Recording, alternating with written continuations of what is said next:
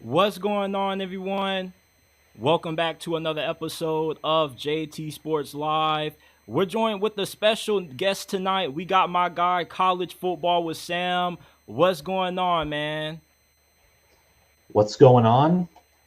Well, we have in the background my room that's being torn down and completely redone so that I can do a little bit of what JT Sports is doing and incorporate my face in my videos because everyone that I watch who is growing and evolving on the college football sphere is doing that.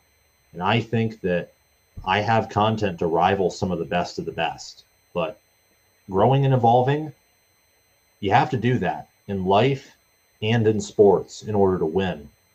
That's something that, a variety of coaches that we may or may not be talking about tonight just refuse to do like a bunch of idiots. But let's get into what you want to talk about.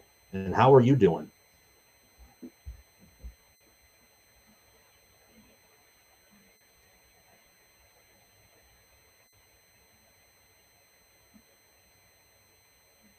I can't hear you, man. I've been pretty good, man. It's like, I just been upset because it hasn't been no football going on. And I'm just ready for the season to get here because I see all these predictions and it's kind of like, I agree with that one. But then, recently I saw your Big Ten predictions video and I seen that you're drinking that Michigan Kool-Aid, Sam. I mean, you're drinking that maize, blue, and yellow Kool-Aid, and you may be a little bit addicted to it, Sam, because you have them going 14-2, going all the way back to the 90 just to lose to Georgia. You might as well have just picked them to beat Georgia if that's the case. Just come on and say it, Sam. Michigan is going to go back to back this year. No, no. I wish, but McCarthy didn't come back, and Georgia is probably going to smack whoever they want to in the face. I think they should be the unanimous number one team this year. I just have faith in the offensive line, but that's really the only spot I have faith in outside of Donovan Edwards at running back. And I think he's shown that with the right offensive line and when he is in open space, he's deadly. But the evidence shows that with what Michigan's bringing back at tight end, defensive tackle, defensive end, what they have in Will Johnson at corner, they're bringing back NFL players. And last year's team was so loaded that even only returning 40% of their production this year, if some things fall right for Michigan, schedule wise, roster wise, college football playoff seeding wise, which honestly is the only reason I'm picking them to appear in the national title game, they can win a lot of games. I think this team, to make a reference that Michigan fans in particular will be very familiar with, I think this team in a certain sense could be like a more Michiganized version of a Mark D'Antonio team, like his 13 or 14 or 15 teams, where they beat good teams in one possession games, or maybe they win some close games against inferior competition, but they just know how to win. I think they'll be good at scheming, and there's a lot going for them. They have questions for sure, but it's more realistic for them to, be a top 10 team or even be a top 5 team than I think some people are thinking. It's just for me, I'm having a hard time buying into Michigan having that good of a season because of the lack of the production that they bring back. They do have some really good players still, but it's more of a big issue with the quarterback position for me outside of the returning production because JJ McCarthy, for as much criticism he received for being a game manager, JJ McCarthy is. I mean, have you ever seen Alex Orji with his shirt off? Oh my goodness, the dude is built like the Jacked. he's built like the Black Hercules, Sam. So we know this dude is a freak on the ground, but how good is he going to be throwing the football with accuracy with a wide receiving core that also has as many questions as the quarterback position? Well, watching the spring game, And just observing and analyzing what I saw, which was a very limited sample size, and also paying attention to the fact that Michigan put him in critical games, so they trust him, but they didn't let him throw. They just had him run. I think he'll be a great runner, very elusive, but I don't think his passing capabilities will be any better than good at the very best. The reason I believe that he will be an average, above average, maybe good overall quarterback is his athleticism and build. But more importantly, I think the supporting cast that's around him, the coaching, and the fact that he is a defense that can give him multiple possessions and opportunities to learn and evolve and grow. But that is a position with a big drop off. The receiver room has tons of questions. The encouraging thing for Michigan as it relates to that is I don't think that Michigan will have to have anything better than even an above average or average passing game to win most of their regular season games and at least get back to the playoff. Like between even Oregon, Ohio State, and Texas, again, if some balls bounce Michigan's way, or if one, two, or all three of those teams are not as good as advertised this year in some spots, particularly at the line of scrimmage, Michigan could, well, not do what they did against Penn State last year because that's an anomaly that only an elite team could do. But they could maybe just keep those teams honest, or one of them with play action and then ground and pound and have an amazing defense. And a 10-2 Michigan team is going to the playoff with that schedule. So I understand why people have questions.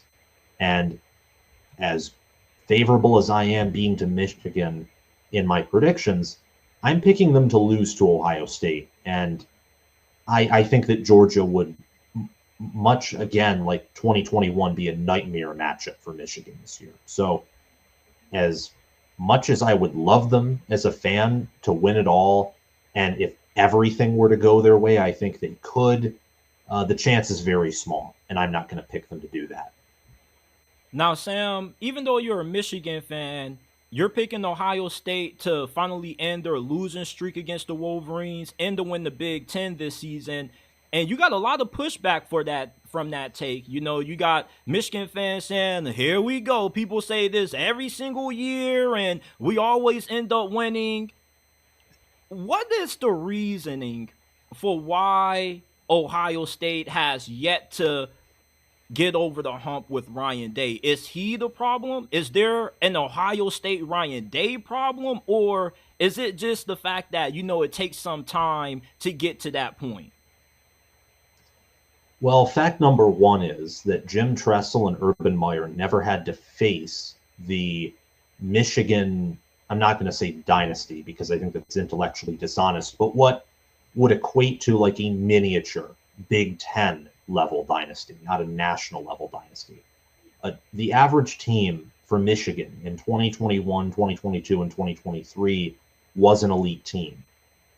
That's three elite, near elite, because 2021 Michigan was not the same caliber as the other teams, in a row. Urban and Jim, Tressel and Meyer, they never had to face those type of teams. They didn't. And 2022 Michigan and 2023 Michigan, whether it's S&P Plus, whether it's points per play, whether it's expected points added, sorry about that, all those things, like the really deep statistics, those were like all-time teams in terms of dominance. So that's number one, is Ryan Day's faced some really good Michigan teams. Number two is Ryan Day is, I think, doing a lot of what Kirby did at Georgia before he won it all. He's growing, he's adapting, he's finding out what he wants in the program. This includes him relegating himself to a CEO role this year and giving Chip Kelly command of the offense, which should result in the offense improving from last year. And number three is the fact that this kind of ties in with number two, but it's more so centered around an identity thing with Ohio State.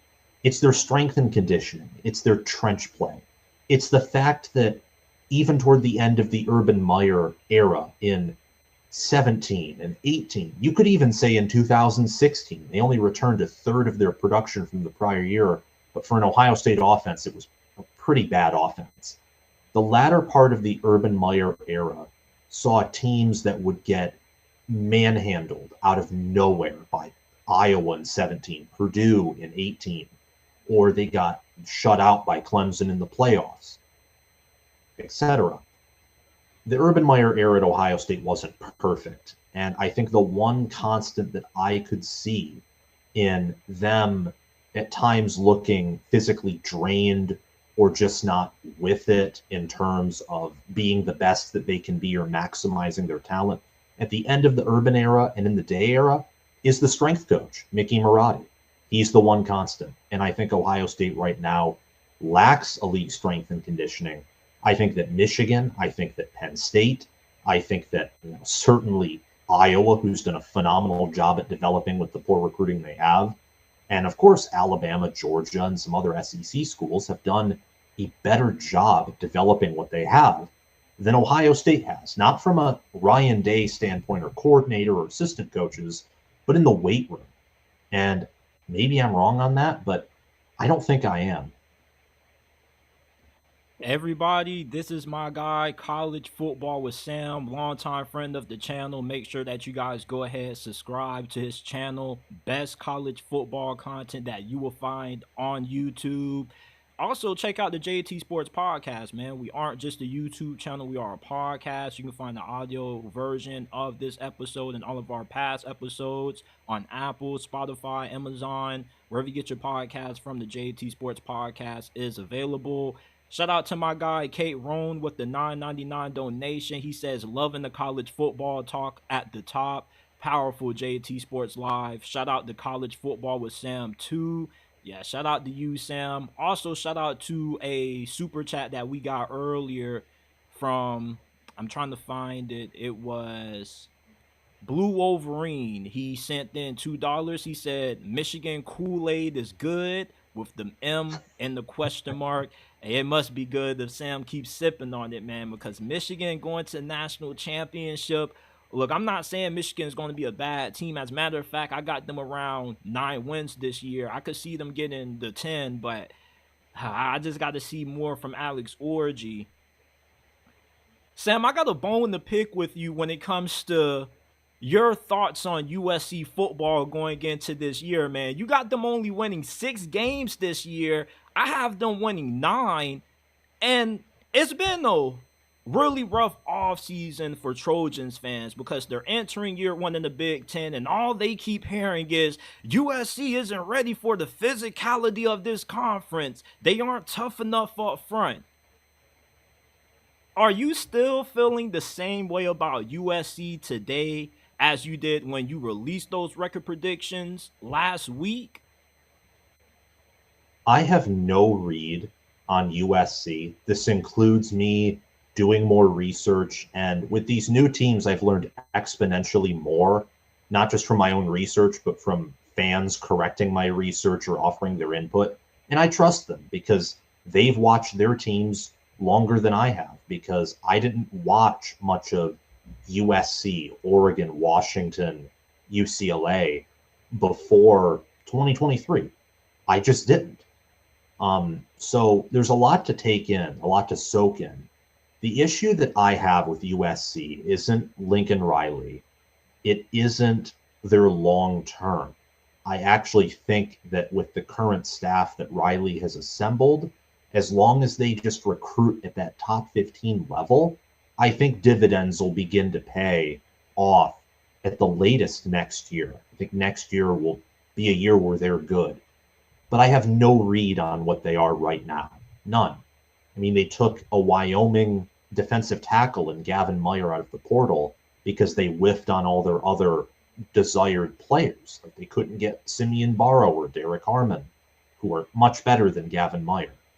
And while the staff he assembled on defense is elite, it took Jim Knowles 2 years to assemble an elite defense. His 2022 defense allowed big play after big play to any offense that was well coordinated and that had great talent surrounding it. And USC doesn't just have questions on their defensive roster. Outside of Jonah Monheim, who's projected to be their offensive center, they have questions with the offensive line depth. And their receivers and quarterback, which should be elite, and I think they'll be elite, they're young. And they don't have a lot of collective starts with them either.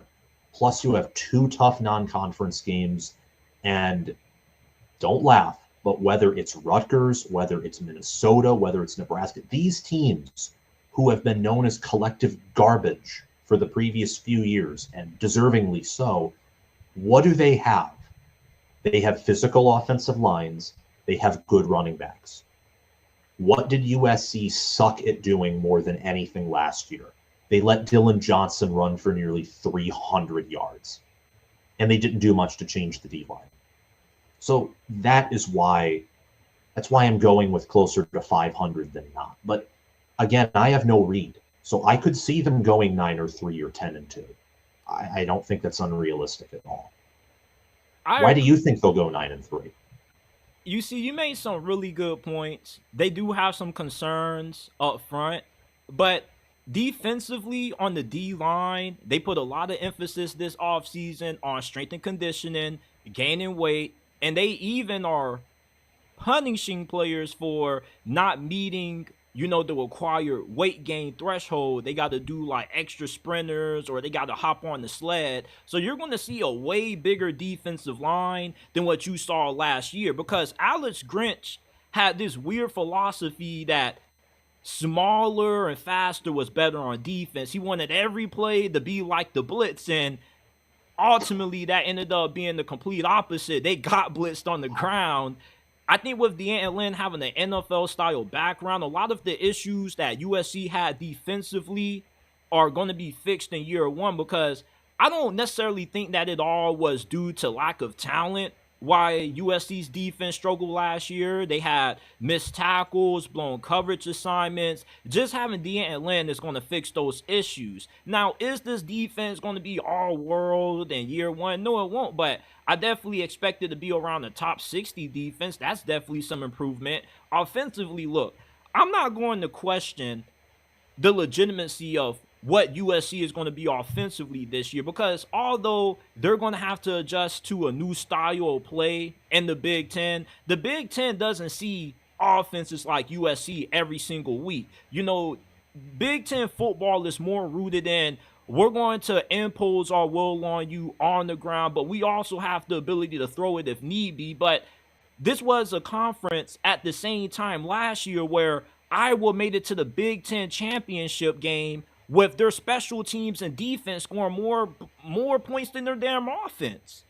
And this is just a conference that, to me, offensively, outside of Ohio State, they haven't seen an offensive attack as prevalent as what they're about to see with Lincoln Riley and company entering this thing. They don't know about Zachariah Branch. And I don't think there's too many cornerbacks outside of Will Johnson that are going to be able to handle the kind of speed and the kind of game that he brings to the table.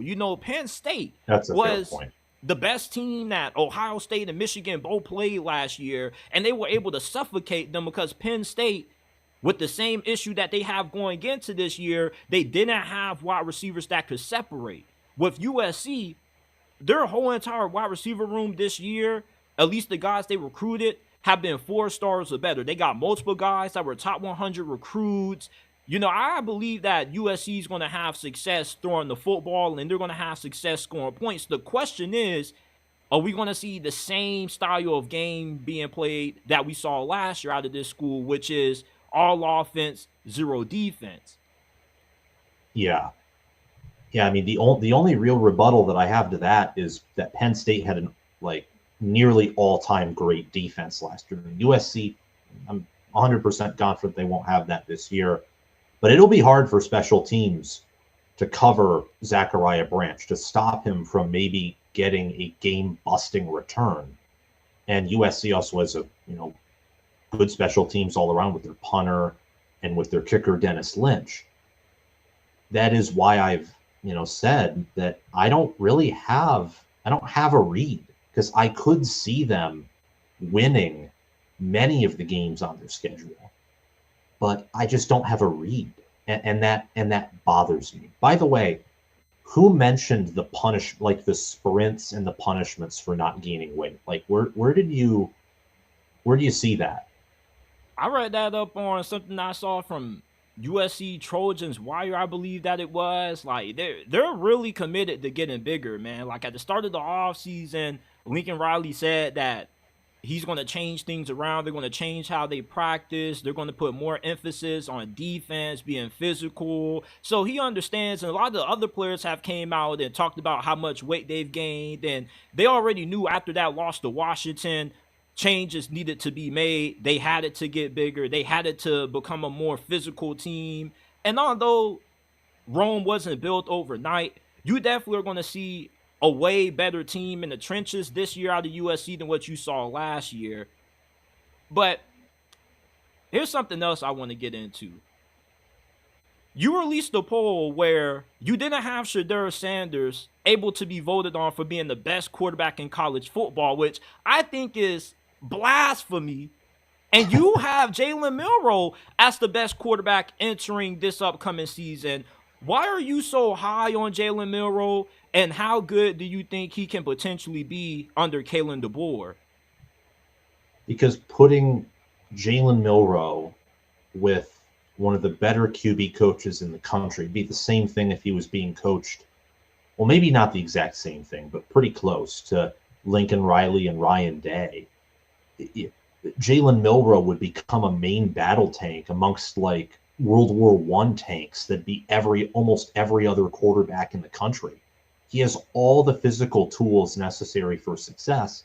And maybe I like physical tools too much, but factoring in the development that he's getting right now, and the fact that last year is his first full season as a starter, I think that there's at least going to be some improvement entering this year. And at most, if he utilizes all of those physical capabilities, I mean, watch out. I think he's in the perfect offense. I think the offensive line improving helps. I mean, he no longer has Seth McLaughlin messing up his every play in a road game. Yeah, he went to Ohio State, so that's why I'm not very optimistic about their offensive line. And he has a better OC. I mean, Nick Sheridan wasn't known for his success at Indiana, but that's Indiana. And Tommy Rees, with much better talent, wasn't really cutting it at Notre Dame, and certainly didn't cut it at Alabama last year, running what I think was like a pro-style offense with a quarterback who's not built For that. I mean, the last thing you'd run with Milroe is a pro-style offense, and that makes no sense. Me personally, I'm not as high on Jalen Milroe as what you are, but that doesn't mean I'm still not high on him. I view him as a top Yeah. 5 quarterback entering this year. I agree with you. I think he's going to go off under Kalen DeBoer. People have been questioning just how good of a fit is he going to be in DeBoer's system, but this is a perfect fit for him because what did Michael Penix in Washington do such a great job of last year? Getting big plays in the vertical passing game. Michael Penix was probably the best deep ball thrower in college football last season. Jalen Milroe, he throws the deep ball more accurately than he throws the short and intermediate passes.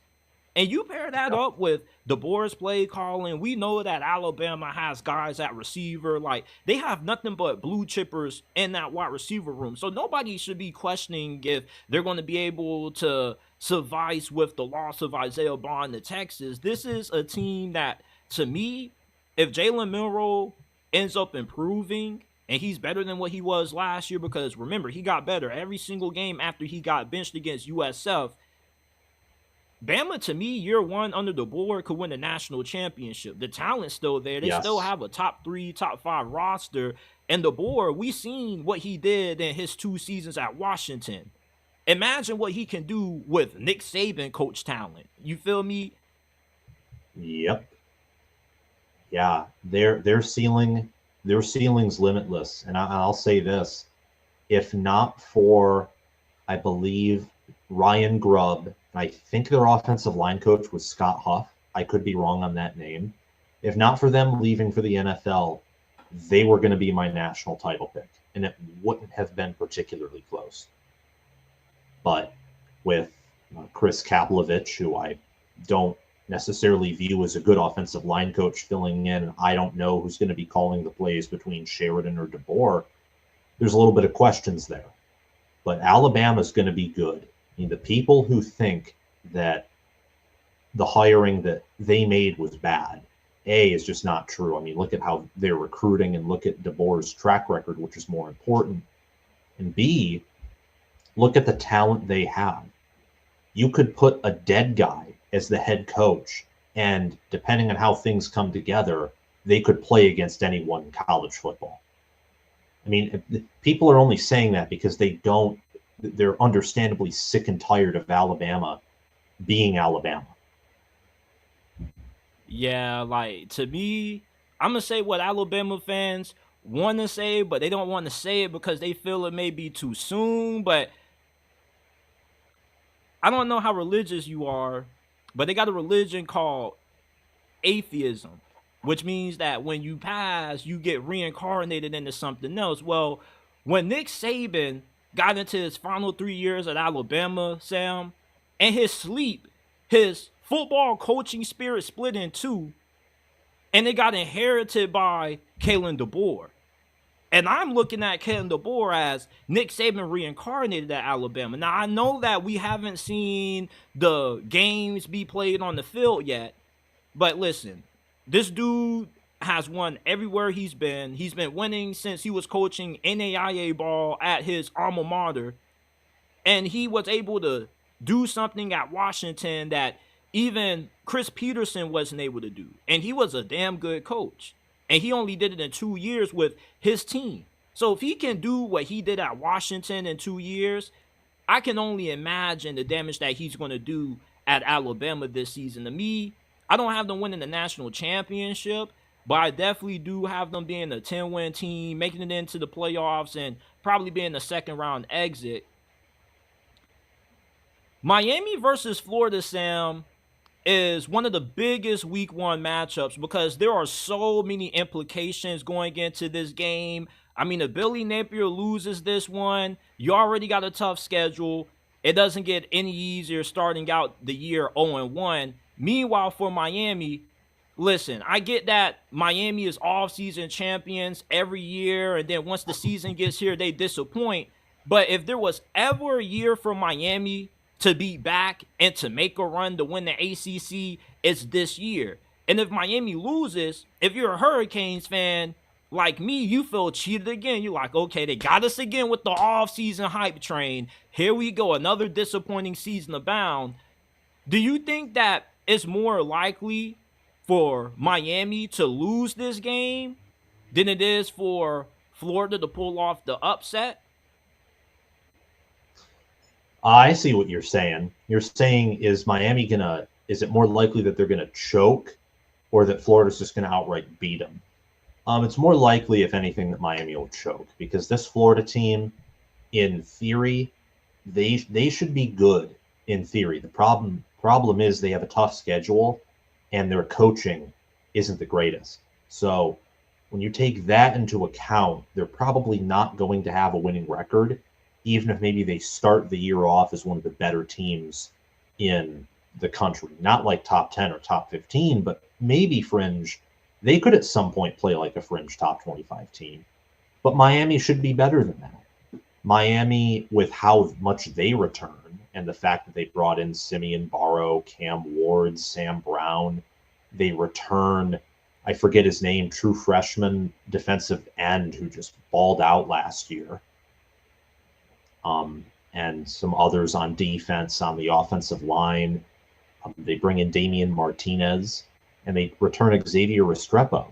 I mean, this should be a top 20, top 15 team, and with the schedule Miami has, they should compete for the ACC. But at Florida in the Swamp is a tough game, and it's Mario Cristobal. So with Mario Cristobal being Mario Cristobal, some good years come with a loss to a 5 or 4 loss Auburn team, like in 2019, or losing to a 3-9 Stanford team when you're number 2 or number 3 in the country in 2021, or last year, ranked, undefeated, lose at home to a Georgia Tech team who can't defend anything. They gave up 38 points to Bowling Green the prior week, and then they held Tyler Van Dyke in an offense that lit up Texas A&M to basically Zippo.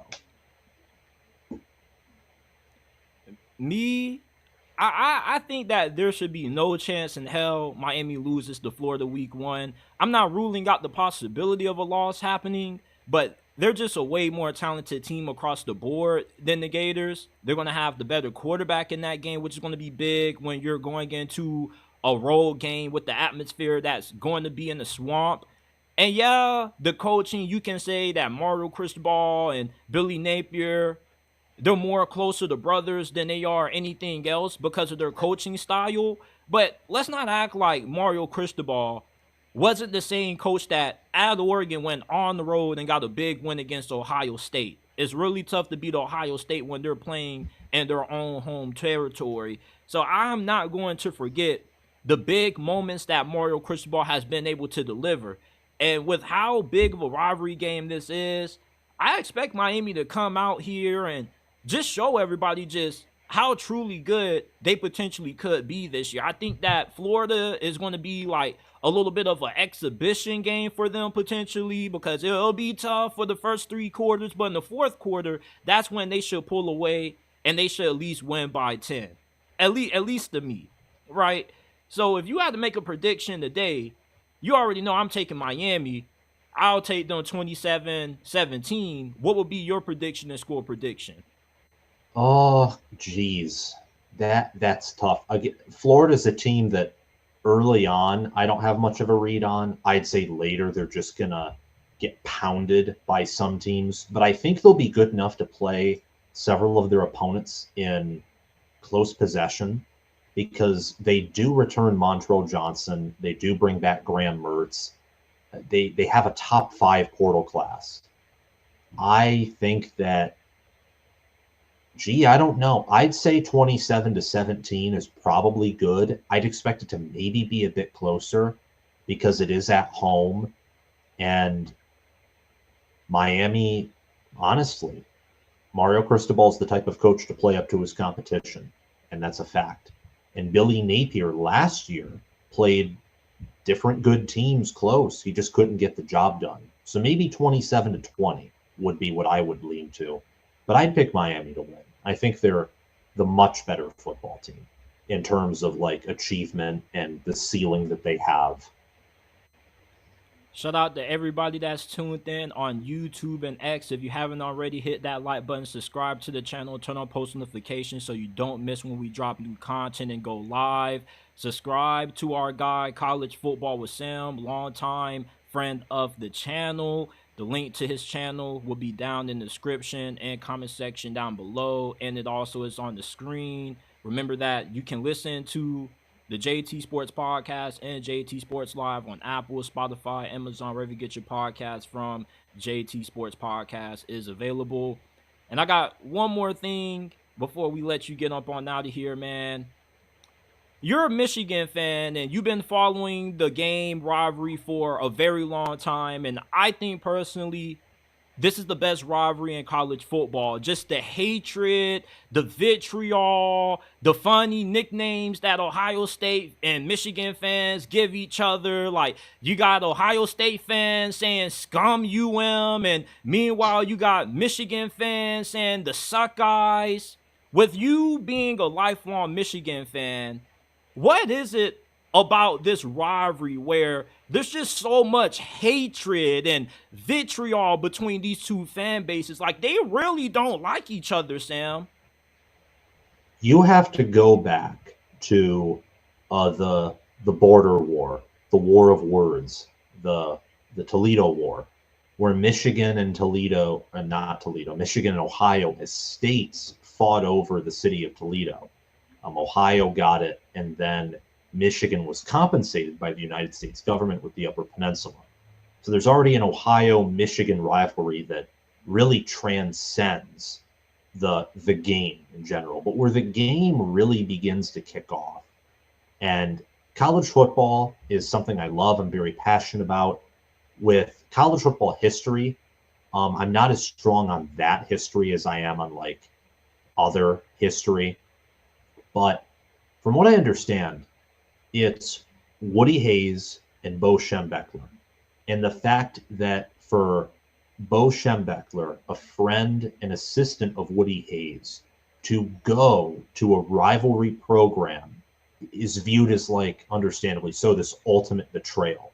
And from there, you have the 10-year war that really ramps this up. That's why everyone references it.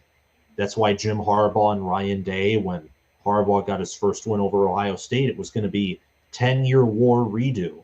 Part of me wishes that Harbaugh almost stayed around just so we could see, well, which 10-year war is better in terms of like performance. But I think Sharon Moore will be able to hold his own end against Ryan Day and vice versa as well. So maybe that'll be the better 10-year war. But that's where it begins, is Woody Hayes and Bo Schembechler, and them going back and forth as Big Ten dynasties. And yeah, the reason they hate each other is because of Bo Schembechler leaving. He left Ohio State to be the head coach of Miami, Ohio, and then went to be the head coach of Michigan. And from there, it's been back and forth, back and forth. And both fan bases have radicalized, like after the John Cooper era, where when a team beats you and dominates you like that, you just hate them. It's like you don't care even if there's a historical rivalry there.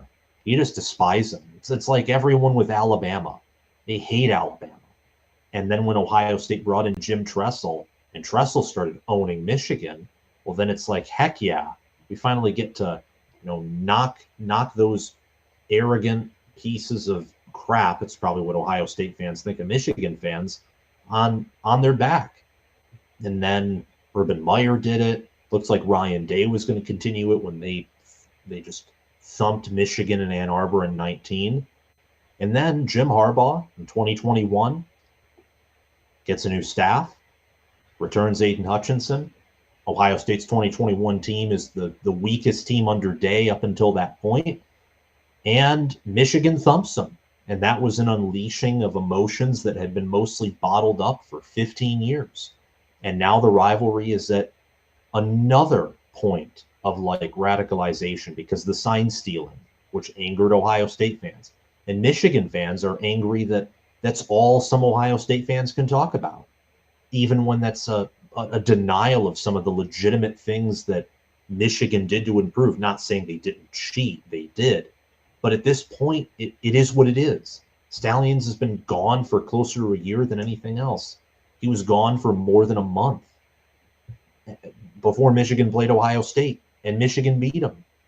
And now you see it even in my comment section. Michigan fans think that, Ohio State, they can't beat us.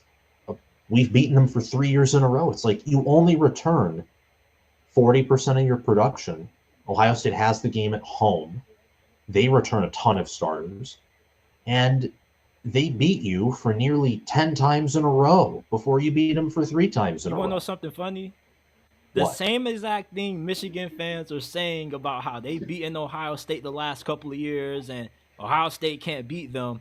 That's exactly what we were thinking when Ohio State used to kick Michigan's ass nearly every year with Urban Meyer. But then all of a sudden, you was always ask yourself, when is it going to be the year?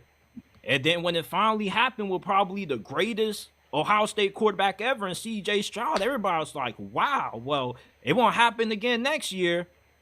And they've continued to run amok on Ohio State, Sam. It's just, I think the tables are going to turn this year. I think Ohio State's way too talented. They got way too many resources. They've been recruiting way too well. And they have arguably the best coaching staff in America. I agree with you that I think that Michigan probably ends up taking the L this year. But everyone, this is our guy, College Football with Sam. Make sure that you go ahead, subscribe to his channel. He has the best college football content that you will find on this platform. You can also listen to his episodes on his channel on all podcasting platforms as well. Also, make sure that you check out my podcast, JT Sports Podcast, on Apple, Spotify, and Amazon. Like, share, subscribe if you're listening on YouTube. Follow if you're listening on X. And shout out to everybody that tuned in into tonight's episode of JT Sports Live. And trust and believe that we will have college football with Sam on soon, because, the first live stream that we started up tonight, it went haywire. But, you know, we got to get our guy back on. He always has great takes on everything college football. I appreciate